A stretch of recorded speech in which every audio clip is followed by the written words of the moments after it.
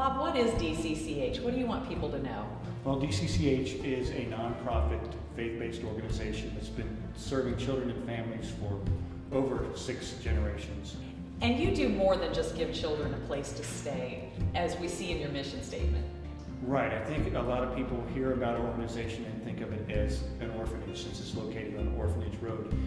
The truth be told, it is a residential treatment facility for about 40 youngsters. We also have a therapeutic foster care and adoption program, as well as an on-ground school for the children and an outpatient therapy program as well. Ron, tell me a little bit about the foster care and adoption programs. Well, we started our program back in 1999 when they hired me as the director here, and we were able to begin and write policy and set things up. But we've grown considerably. We've served over 204 children, I believe, since we started. We just celebrated our 78th adoption just this past Monday, so we were really excited about that. And Bob, tell me a little bit about the history of DCCH. You've been here for a long time.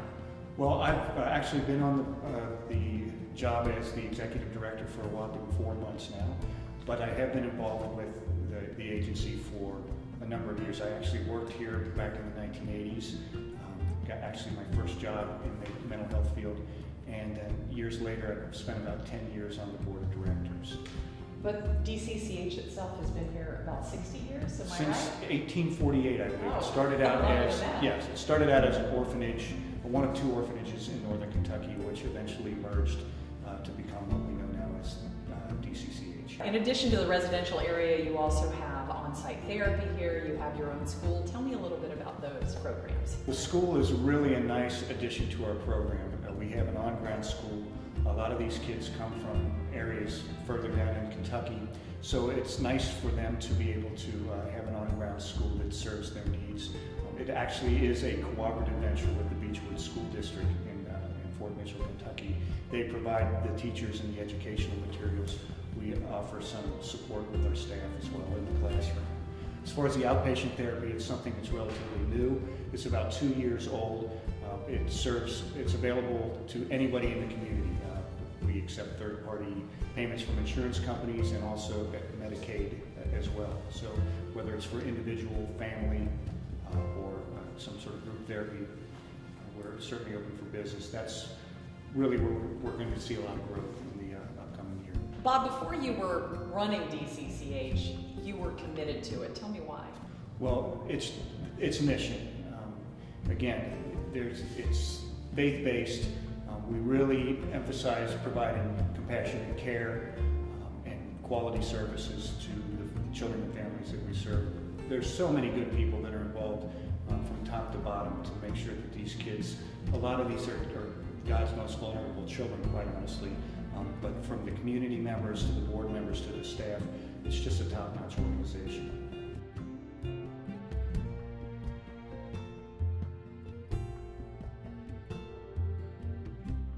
Melanie, share with me the increase that you're seeing in the number of children who need good homes with loving people. Sure. So over the past year and a half, there's been a 350% increase in the amount of referrals that we get, which is, the amount of children that need homes in the northern Kentucky area.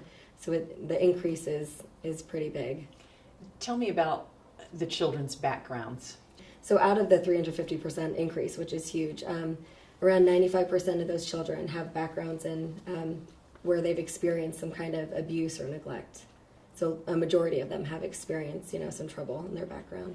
In your experience, how can it impact these children to have just one relationship with a caring adult? It can mean all the difference. Studies have shown that children who have one positive relationship with an adult, the likelihood of them graduating high school or enrolling into college or self-esteem and confidence, it all increases. So it really can make all the difference. And tell me all the different ways that people can get involved. Sure. So at DCCH, there are so many opportunities to make a difference in a child's life. We have volunteering opportunities, mentoring opportunities. They can provide respite care, and then our foster care and adoption. What's respite care? Respite care is it's kind of like foster care, but more short term. It could be anywhere from a couple hours of watching a foster care child to a week. So we utilize respite care for foster parents who maybe they're going on vacation or they're going through surgery, or maybe they just want a date night. So respite care can be used for that. Melanie, why are you passionate about working with children? Because so much of a change can be made, and especially with kids that have troubled pasts, the amount of hope that is there and the amount of change that we adults can make for them is just incredible. Let's talk about what kind of families you're looking for. They have a lot of different looks, don't they, Kathy? Absolutely, yes. Our families come in all different shapes and sizes. Some of the families have children in the home, some do not. We have married couples, we have single people who are our foster parents. And also, they come in all different faiths. A lot of people think because we are a diocesan organization that only our parents, all of our foster parents have to be Catholic, and that's not the case at all. We have foster parents of all different faiths. And what qualities do you look for, Kristen, in families? What are some of the qualities they share? Well, of course, they all have a love of children, and they're able to create a structured, nurturing environment. A lot of the kids, because of the environment they're coming from, whether it's abuse, neglect, there's a lot of chaos, and that creates a lot of anxiety in the children. So the ability to create some structure, it doesn't have to be a rigid structure, but some degree of routine is very important for the kids. There's also a large team of people that work with these children. We have therapists, psychologists, some have psychiatrists, teachers, social workers. So this is, to be a foster parent, you need to be open to the input of all different professionals and have the ability to work as a team. You like to say that kids don't need a perfect family. What do you mean by that? Well, you know, our kids just want to be normal. So they just want to be in a normal home. We're never going to expect a foster parent to be perfect, but just do your best. Raise these children as if you would raise your own biological children. That's all we ask. There's no perfect foster parent, just like there's no perfect parent. Let's talk about the different ways DCCH is supportive of its families. Shelley, why don't you start by showing me how it's personal and responsive to their needs? Okay.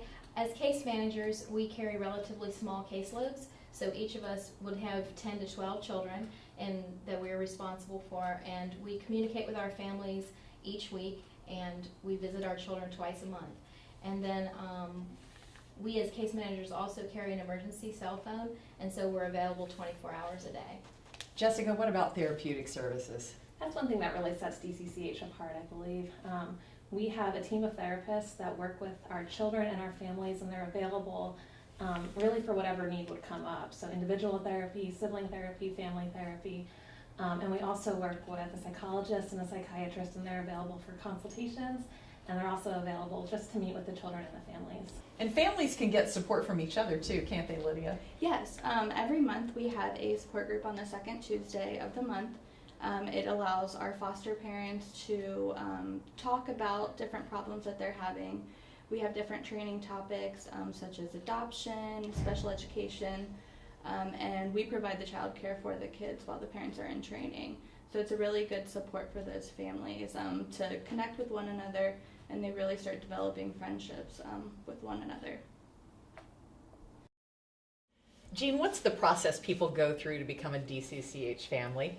Well, we've tried to break it down into a couple of steps, and the first step is that we want to be able to give people the information they need, so that, you know, when you're bringing your family into possibly this journey of foster care and adoption, it's a big decision.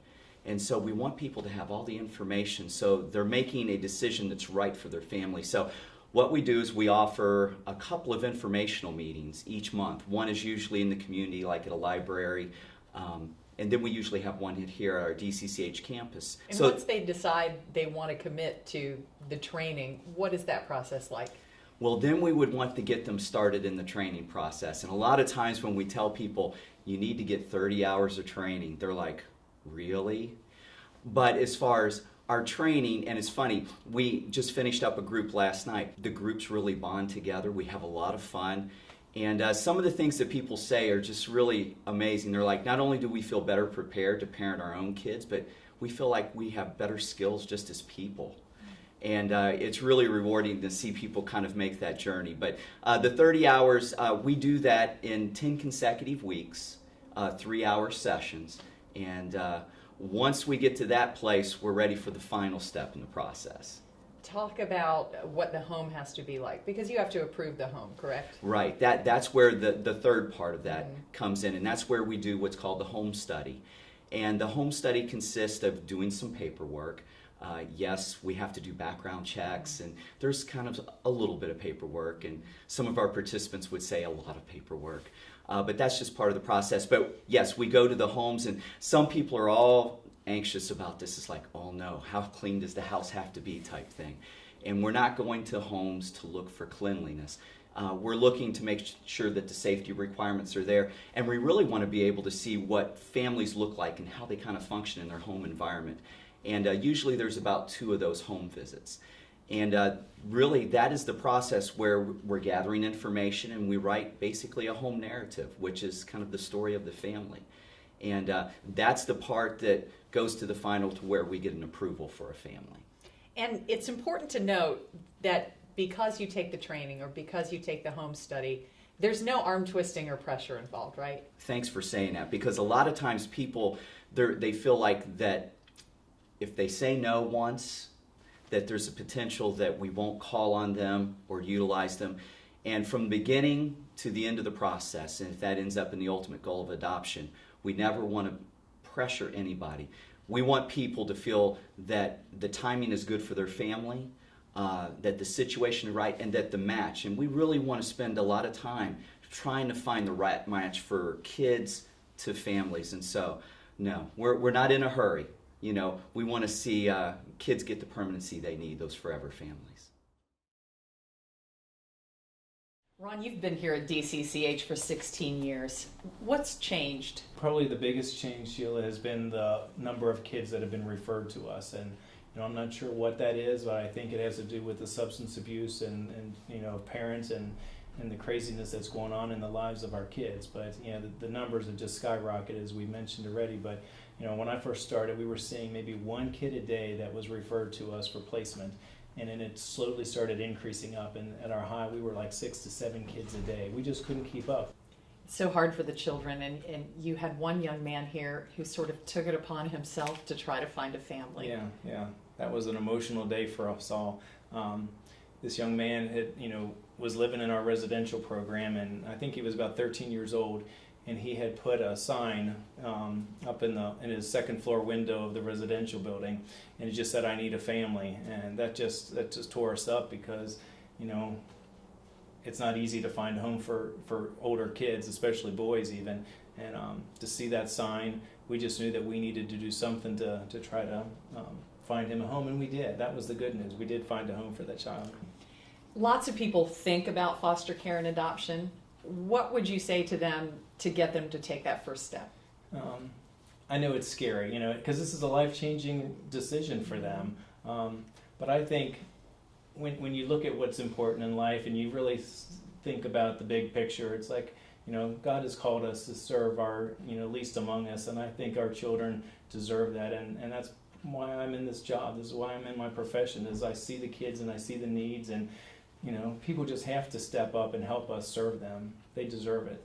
What's your ultimate hope for these children? Oh, well, to know that they're loved, and to know that there's good people in this world, because they've been dealt some really awful, ugly things in their young lives. I mean, sometimes the story's just beyond belief, really. So they deserve. They need somebody. They need love. They need somebody to show them that they're worth it. Children who have one positive relationship with an adult, the likelihood of them graduating high school or enrolling into college, or self-esteem and confidence, it all increases. So it really can make all the difference.